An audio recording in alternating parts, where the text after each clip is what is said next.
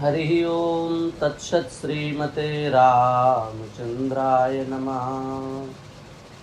रामं रामानुजं सीतां भरतं भरतानुजं सुग्रीवं वायुसूनुं च प्रणमामि पुनः पुनः। श्रीसीतानाथ समारम्भां श्रीरामानन्दार्य मध्यमाम् अस्मदाचार्यपर्यन्तां वन्दे श्रीगुरुपरम्परां। श्री सीता रामचंद्र भगवान की जय। जगत गुरु श्री स्वामी मलूकदास जी महाराज की जय। श्री सद्गुरुदेव भगवान की जय। जय जय श्री राधे श्याम। हरिशरणम अखिल कोटि ब्रह्मांड नायक परात्पर परब्रह्म सर्वेश्वर सच्चिदानंद अभिरामाभिराम लोकाभिराम श्री सीताराम जी की महती कृपा करुणा से हम आप सभी लोगों को मलूक शतक के माध्यम से मानव जीवन का सर्वोत्कृष्ट फल सत्संग लाभ प्राप्त हो रहा है। यह समस्त पूर्वाचार्यों की श्री सद्गुरुदेव भगवान की श्री साकेत बिहारिणी बिहारी लाल सरकार की अहेतुकी कृपा करुणा का प्रताप है, फल है। कल की जो चर्चा थी उस चर्चा में सबसे पहले श्री मलूकदास जी महाराज ने भगवान की स्तुति की, भगवान की वंदना की, इष्ट को नमन किया और इष्ट को नमन करने के बाद में इष्ट की प्राप्ति जिनकी कृपा से होती है उन आचार्य चरण का दूसरे दोहे में स्मरण किया। इष्ट की प्राप्ति आचार्य की कृपा से होती है, इसलिए तद विज्ञानार्थम स गुरुमेवाभिगच्छेत्।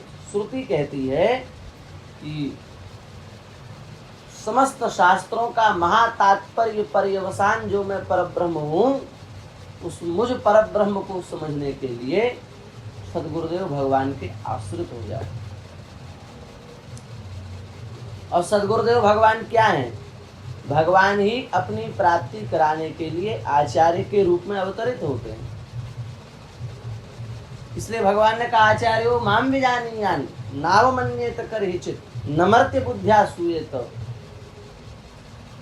मुझे आचार्य का स्वरूप समझो, कभी उनकी अवमानना मत करो, उनको मर्त्य बुद्धि से उनकी सेवा मत करो, उनको मनुष्य मत समझो, साक्षात भगवत स्वरूप हो। तो कहने का तात्पर्य यह है कि इष्ट और इष्ट के बाद इष्ट की प्राप्ति के जो जिनकी कृपा से हम इष्ट की साधन भजन में लगे हैं, अथवा जिनकी कृपा से हमको इष्ट की प्राप्ति होगी अथवा जिनको हुई है, उन श्री सद्गुरुदेव भगवान की वंदना, आचार्य चरण की वंदना श्री मलूकदास जी महाराज ने की। और इसी परंपरा का अनुसरण श्रीमद् भागवत के पद्म पुराणोक्त महात्म्य में भी किया गया। सच्चिदानंद रूपाय विश्वोत्पत्त्यादि हेतवे तापत्रय विनाशाय श्री कृष्णाय वयम नुमः। श्री कृष्ण भगवान की वंदना की कि नहीं की? श्रिया सहित श्री कृष्ण तस्मै श्री कृष्णाय वयम नुमः नमस्कुर्मः इति तात्पर्य। वहाँ पहले इष्ट की वंदना और इष्ट की वंदना के तत्काल बाद दूसरा श्लोक, यम प्रव्रजन्तम अनुपेतम अपेत कृत्यम द्वैपायनो विरह कातर आजुहाव पुत्रेति तन्मयतया तरवोभिनेदुस् तम सर्वभूत हृदय मुनिमानतोस्मि। श्री सुखदेव शुकाचार्य जी की वंदना। शुकाचार्य क्या है? गुरु रूप ही तो हैं। तो इससे यह सिद्ध होता है कि इष्ट की वंदना के बाद में हमें आचार्यों की वंदना करनी चाहिए। हैं, उनकी कृपा से हमको भगवत प्राप्ति का मार्ग समझ में आता है। इसलिए इष्ट की वंदना, आचार्य की वंदना नितांत अपेक्षित है शास्त्रों में। हमारे व्याकरण जगत में एक बहुत ही प्रसिद्ध ग्रंथ है परिष्कार का, जिसको प्रौढ़ मनोरमा कहा गया। उसके रचयिता, टीकाकार, लेखक, सिद्धांत कौमुदी की टीका ही है ना, श्री भट्टोजी दीक्षित क्या मंगलाचरण कर रहे हैं? ध्यायम ध्यायम परम ब्रह्म, स्मारम स्मारम गुरोर्गिरः, सिद्धांत कौमुदी व्याख्याम कुर्मः प्रौढ़ मनोरमाम। परब्रह्म भगवान का ध्यान करके और स्मारम स्मारम गुरोर्गिरः, सदगुरुदेव भगवान की वाणी का बार बार स्मरण करके। तो देखो, पहले भगवत वंदना, भगवत वंदना के बाद में गुरु वंदना। ये शास्त्रीय पक्ष है। न्याय शास्त्र का और न्याय दर्शन और वैशेषिक दर्शन, उभय दर्शन का प्रारंभिक ग्रंथ क्या है? तर्क संग्रह। उस तर्क संग्रह में उसके जो रचयिता अन्नम भट्ट हैं, वे क्या कह रहे हैं? तर्क संग्रह का मंगलाचरण क्या है? निधाय हृदय विश्वेशम विधाय गुरुवंदनम, बालानां सुखबोधाय क्रियते तर्क संग्रह। मया अन्नम भट्टेन हृदय विश्वेशम जगत्कर्तारं श्री शाम्बमूर्तिं निधाय तथा च गणातीत्यज्ञानम इति गुरु इत्थं भूतं गुरुवंदनम च विधाय, बालानां अधीत व्याकरण काव्य कोशत्वे सति अनधीत न्याय शास्त्रत्वं बालत्वं तथा भूतानां बालानां सुखेन अनायासेनैव महातात्पर्य बोधाय अल्प परिश्रमेनैव संपूर्णार्थ लाभाय तर्क संग्रहः। तर्क्यन्ते प्रमिति विषयी क्रियन्ते इति तर्काः द्रव्यादि सप्त पदार्थाः, तेषां संग्रहः लक्षणोद्देश्य परीक्षा यस्मिन् स तर्क संग्रहाख्यो ग्रन्थः। स तर्क संग्रहः मया अन्नम भट्टेन क्रियते। भट्टाः पंडिताः तेन भट्टेन अन्नम भट्टेन क्रियते। कहा कि नहीं कहा? इस मंगलाचरण में निधाय हृदय विश्वेशम, पहले भगवान विश्वेश की वंदना और फिर विधाय गुरु वंदनम। तत्काल गुरु जी की वंदना की कि नहीं? न्याय दर्शन में देखिए, वैशेषिक दर्शन में देखिए, इसी प्रकार से पुराणों में देखिए, वेदों में देखिए, आचार्यों की शैली को देखिए। नाभादास जी ने तो कितना सरल कह दिया, भक्त भक्ति भगवंत गुरु चतुर नाम वपु एक। चारों कहने के लिए भक्त अलग है, भक्ति अलग है, भगवंत अलग है, गुरु अलग है, और तत्वतः चारों एक ही है। अरे भाई, भगवान भक्त नहीं बनते क्या? त्रिलोचन जी के यहाँ आकर के भगवान ने सेवा नहीं की क्या? नरसिंह जी के ब्याह में पूरी सेवा नहीं की क्या? भगवान भक्त हैं। और तस्मैस् तज्जने भेदा भावात् के सिद्धांत से भक्त भी भगवत स्वरूप है। चतुर नाम वपु एक, कहने के लिए चार हैं पर सिद्धांततः क्या है? एक है। इसलिए पहले इष्ट वंदना और इष्ट वंदना के बाद गुरु वंदना। हम इस बात पर इसलिए ज़्यादा जोर दे रहे हैं क्योंकि आजकल हम लोग आचार्यों की मर्यादा का विस्मरण करते जा रहे हैं, आचार्यों की मर्यादा को अतिक्रांत करते जा रहे हैं। किसी भी शास्त्र का बोध बिना आचार्य परंपरा के होता ही नहीं है। श्रीमद् भागवत में भी श्रीमद् भागवत की जब परिसमाप्ति हुई है, ग्रंथ पूर्णता की ओर जा रहा है, उस समय श्रीमद् भागवत की परंपरा का स्मरण किया गया। कस्मै येन विभासितो यमतुलो ज्ञान प्रदीपः पुरा तद्रूपेण च नारदाय मुनये व्यासाय तद्रूपिणा योगीन्द्राय तदात्मनाथ भगवद्राताय कारुण्यतस् तच्छुद्धं विमलं विशोकममलं अमृतं सत्यम परम धीमहि। सबसे पहले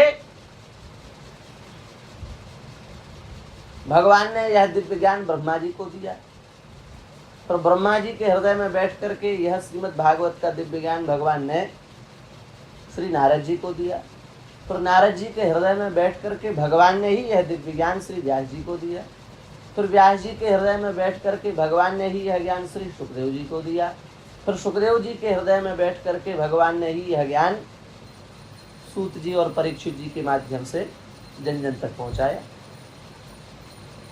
तो वहां ये प्रश्न किया गया है पंडित जी कि ये परंपरा का स्मरण करना क्यों आवश्यक है, क्यों ये सब इतनी लंबी आपको कथा सुनानी पड़ी। तो वहां यह कहा गया है कि शास्त्र का वास्तविक अर्थ तभी सन्निहित होगा, आपको लगेगा, आपके हृदय में स्फुरित होगा, कब? बोले जब आप परंपरा से अध्ययन करेंगे तब। बिना परंपरा, जिस ग्रंथ की परंपरा नहीं उसका महत्व नहीं रह जाता। परंपरागत जो शास्त्र है वही मान्य है, उसी का महत्व है। इसलिए गुरु परंपरा के रूप में, आचार्य परंपरा के रूप में हमें सद्गुरुदेव भगवान का, आचार्य चरणों का स्मरण अवश्यमेव करना चाहिए। उसी मर्यादा का ध्यान रखते हुए श्री मलुकदास जी महाराज ने प्रथम दोहे में इष्ट की वंदना और द्वितीय दोहे में आचार्य चरणों की वंदना की, और आचार्य चरणों की वंदना में संतोष नहीं हुआ उनको एक दोहे में, तो तीसरे दोहे में पुनः आचार्य चरणों की ही वंदना कर रहे हैं। बहुत प्यारी वाणी है, श्रद्धा पूर्वक यदि हम सुने तो बहुत बहुत ही सुंदर शैली में श्री मलुकदास जी लिख रहे हैं। जगत गुरु रामानंद जी आचार्यन सिरताज तिन्हि मलुका नमत है, जय जय श्री यतिराज। जगत गुरु श्री रामानंद जी आचार्यन सिरताज तिन्हि मलुका नमत है, जय जय श्री यतिराज। जगत गुरु श्री रामानंदाचार्य भगवान है।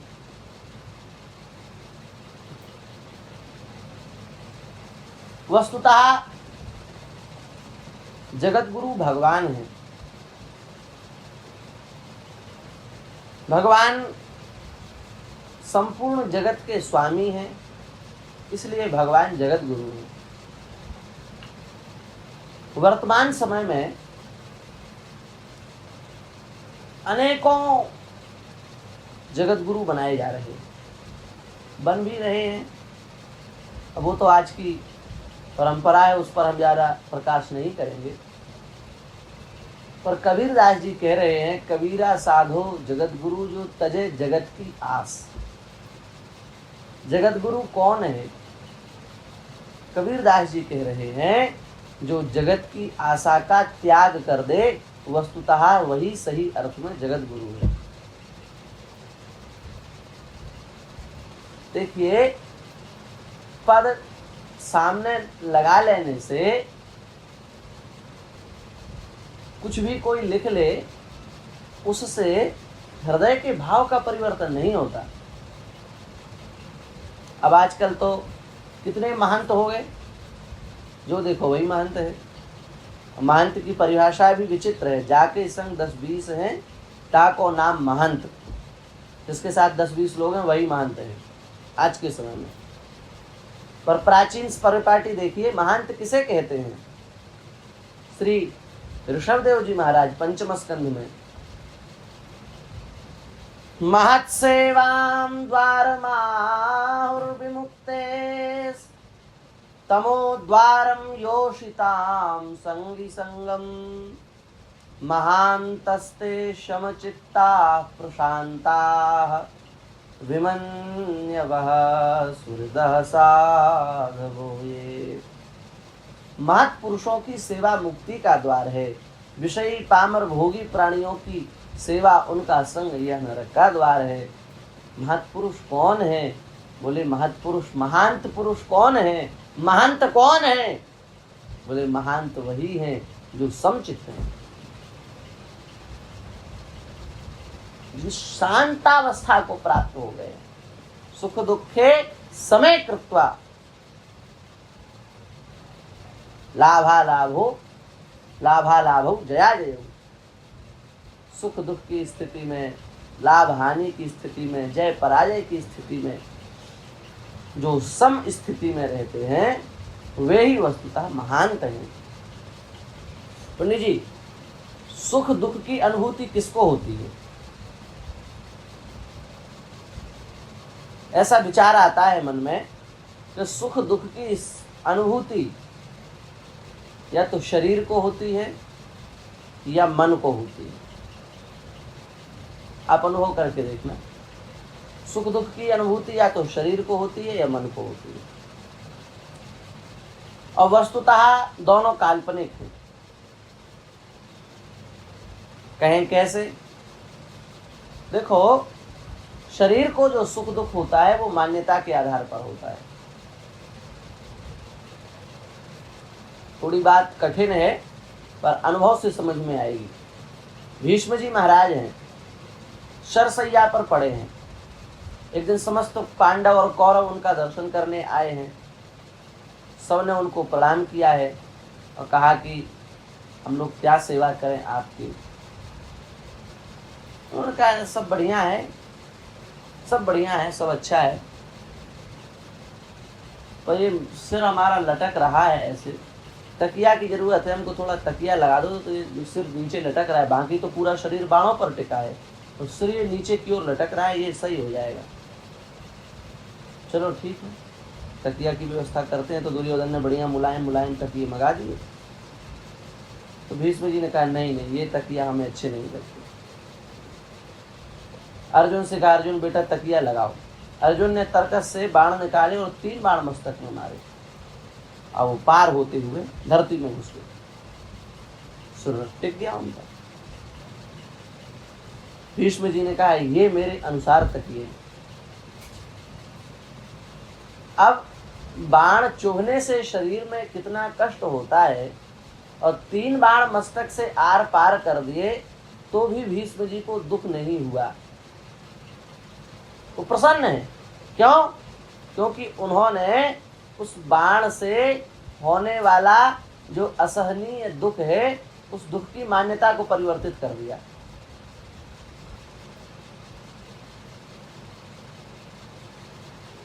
तो इस कारण से दुख की परिस्थिति होने के बाद भी दुख उनको स्पर्श नहीं कर सका। तो शरीर को जो दुख होता है पंडित जी, वो मान्यता के कारण होता है। जिनको भीड़ भाड़ पसंद है वो भीड़ भाड़ में जाके सुख का अनुभव करते हैं, और उसी भीड़ भाड़ से जिसको परहेज है वो दुख का अनुभव करते हैं। तो शरीर को सुख नहीं हुआ, दुख नहीं हुआ, शरीर तो शरीर की स्थिति में है, तो सुख दुख का अनुभव हुआ, ये मान्यता के अनुसार हो गया। हुआ कि नहीं हुआ? कुछ लोगों को गरम खाने का अभ्यास है, वो गरम में बड़े प्रसन्न होते, उनकी जीभ को कोई कष्ट नहीं होता। और कुछ लोगों को ठंडा, उनको गरम दे दो तो उनकी जीभ जल जाएगी। तो क्या हुआ? मान्यता के आधार पर शरीर को जैसा हमने बना लिया, जैसा हमने सोच लिया, जैसा हमने वृत्ति बना ली, वैसा हो गया। इसलिए शरीर को सुख दुख का अनुभव कराना या न कराना ये मान्यता का खेल है। मन की बात आई कि फिर मन को सुख दुख का अनुभव होता है, तो मन को भी जो सुख दुख का अनुभव होता है वह भी मानने से होता है। आप कहोगे ये बात कैसे समझे हम? आपको कोई मराठी व्यक्ति आए, मराठी में गाली दे करके चला जाए, 100 गाली दे आपको दुख होगा? आपके मन को खराब लगेगा? क्यों? उसने गाली तो दी, फिर आपको खराब क्यों नहीं लग रहा है? क्योंकि आप इस बात को समझ ही नहीं पा रहे हैं कि वो गाली दे रहा है और मैं गाली स्वीकार कर रहा हूँ, ये मुझे गाली दे रहा है, ये आप स्वीकार नहीं कर पा रहे ना, इसलिए वो आपको कष्ट प्रदत्त, इसलिए वो आपके मन को दुख नहीं पहुंचा रही है गाली। और कोई हिंदी भाषी यहाँ ब्रजवासी कोई आपको गाली दे, चुभेगी कि नहीं चुभेगी? क्यों? क्योंकि आपने ले ली है, स्वीकार कर ली, इसलिए चुभेगी। तो मन को भी जो कष्ट होता है ये भी एक वृत्ति का खेल ही है। इसलिए मन और शरीर दोनों को यदि कष्ट से उपराम करना है, सुख दुख से हटाना है, सम की स्थिति में पहुंचना है, तो आपको एक सूत्र अपनाना पड़ेगा, सर्वत्र भगवत दर्शन की चेष्टा करनी पड़ेगी।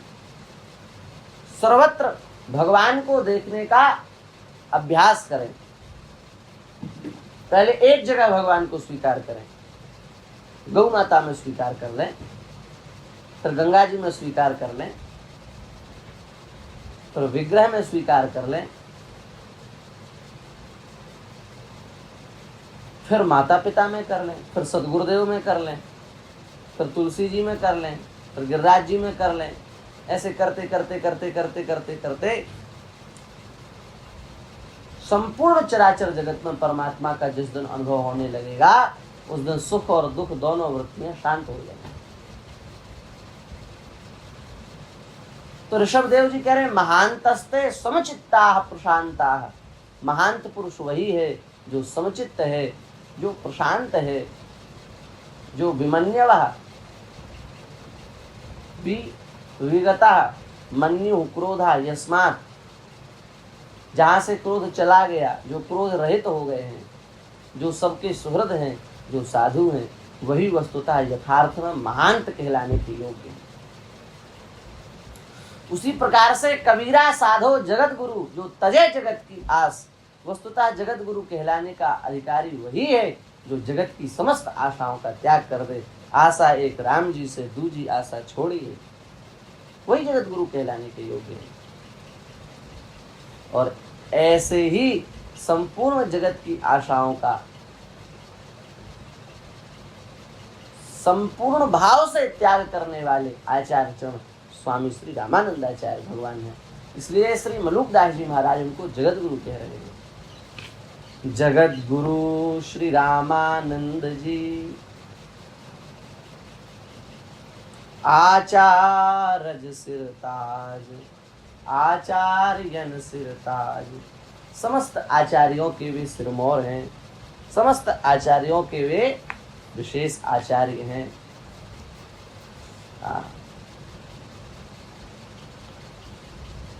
आचार्य शब्द का तात्पर्य है कि आचरण करके शिष्य को समझावे, वो आचार्य है। आचिनोति ही शास्त्राणि शिष्ये च स्थापयिष्यति स्वयं आचरतिश्चापि आचार्य से ही लक्षणम। जो शास्त्रों से सिद्धांतों का चयन करे, चुने, चुन करके फिर अपने जीवन में उसका आचरण करे, आचरण करके फिर उसके बाद उसका शिष्यों को प्रवचन करे, वही यथार्थ आचार्य है। आजकल लोग स्वयं नाम जप नहीं करते, नाम जप पर बहुत अच्छा प्रवचन देते हैं। स्वयं मोह माया का त्याग नहीं कर पाते, पर मोह माया छोड़ने पर बहुत अच्छा प्रवचन दे देते हैं। व्याकरण महाभाष्य में पशपशान्निक में भगवान पतंजलि जी क्या कह रहे हैं? चतुर्भिः प्रकारैः विद्योपयोगिता भवति। 4 प्रकार से जो है ज्ञान अर्जित किया जाता है, विद्या की उपयोगिता होती है। किस किस प्रकार से? वो कह रहे हैं आगम कालेन, सबसे पहले गुरु चरणों में जा करके उनके चरणों में आत्मसमर्पण करके विधिवत शास्त्र का अध्ययन करो। पर दूसरा क्या है? तो वे कह रहे हैं स्वाध्याय कालेन, फिर घर आकर के पोथी को बंद करके रख मत दो, उसको आकर के बार बार फेरो, उस पर पर्याप्त चिंतन मनन करो। 2 काल हो गए। फिर क्या करें? तो वे तीसरा आदेश दे रहे हैं व्यवहार कालीन, जो पढ़ करके निचोड़ समझ में आया उसका आचरण करो, उसको जियो। और जीने के बाद में फिर चौथा आचार्य चरण कह रहे हैं व्यवहार कालीन, प्रवचन कालीन, फिर चौथे नंबर पर उसका प्रवचन करो। तैत्तरीयोपनिषद में श्रुति कह रही है स्वाध्याय प्रवचनाभ्याम मा प्रमदितव्यम। ब्राह्मण को चाहिए, विद्वान को चाहिए कि स्वाध्याय और प्रवचन से कभी प्रमाद न करे, आलस न करे। आजकल हम लोगों ने एक बात को मान लिया है, दूसरे को छोड़ दिया है। स्वाध्याय प्रवचनाभ्याम है ना, तो स्वाध्याय नहीं कर रहे हैं, प्रवचन से तो हमको आलस नहीं आता, खूब प्रवचन करवा लो, तो स्वाध्याय में आलस कर रहे हैं। हम दूसरे को क्या कहें, हम अपनी ही बात कर रहे हैं, हम स्वयं आलस कर रहे हैं। स्वाध्याय प्रवचनाभ्याम मा प्रमदितव्यम।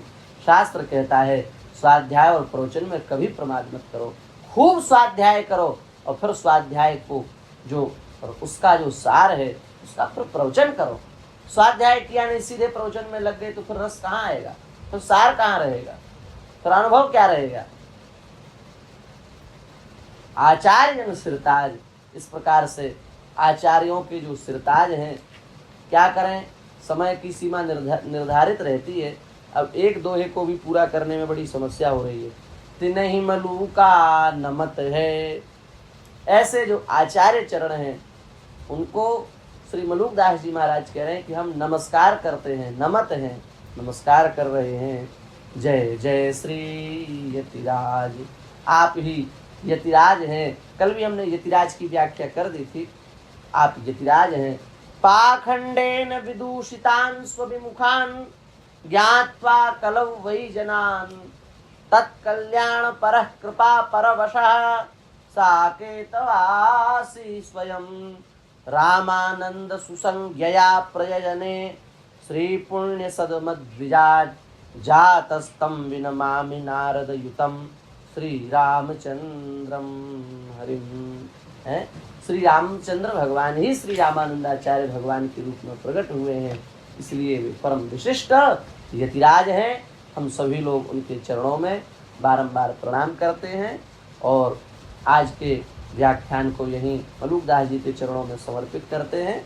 शेष चर्चा भगवत कृपा से कल होगी। श्री सीतारामचंद्र भगवान की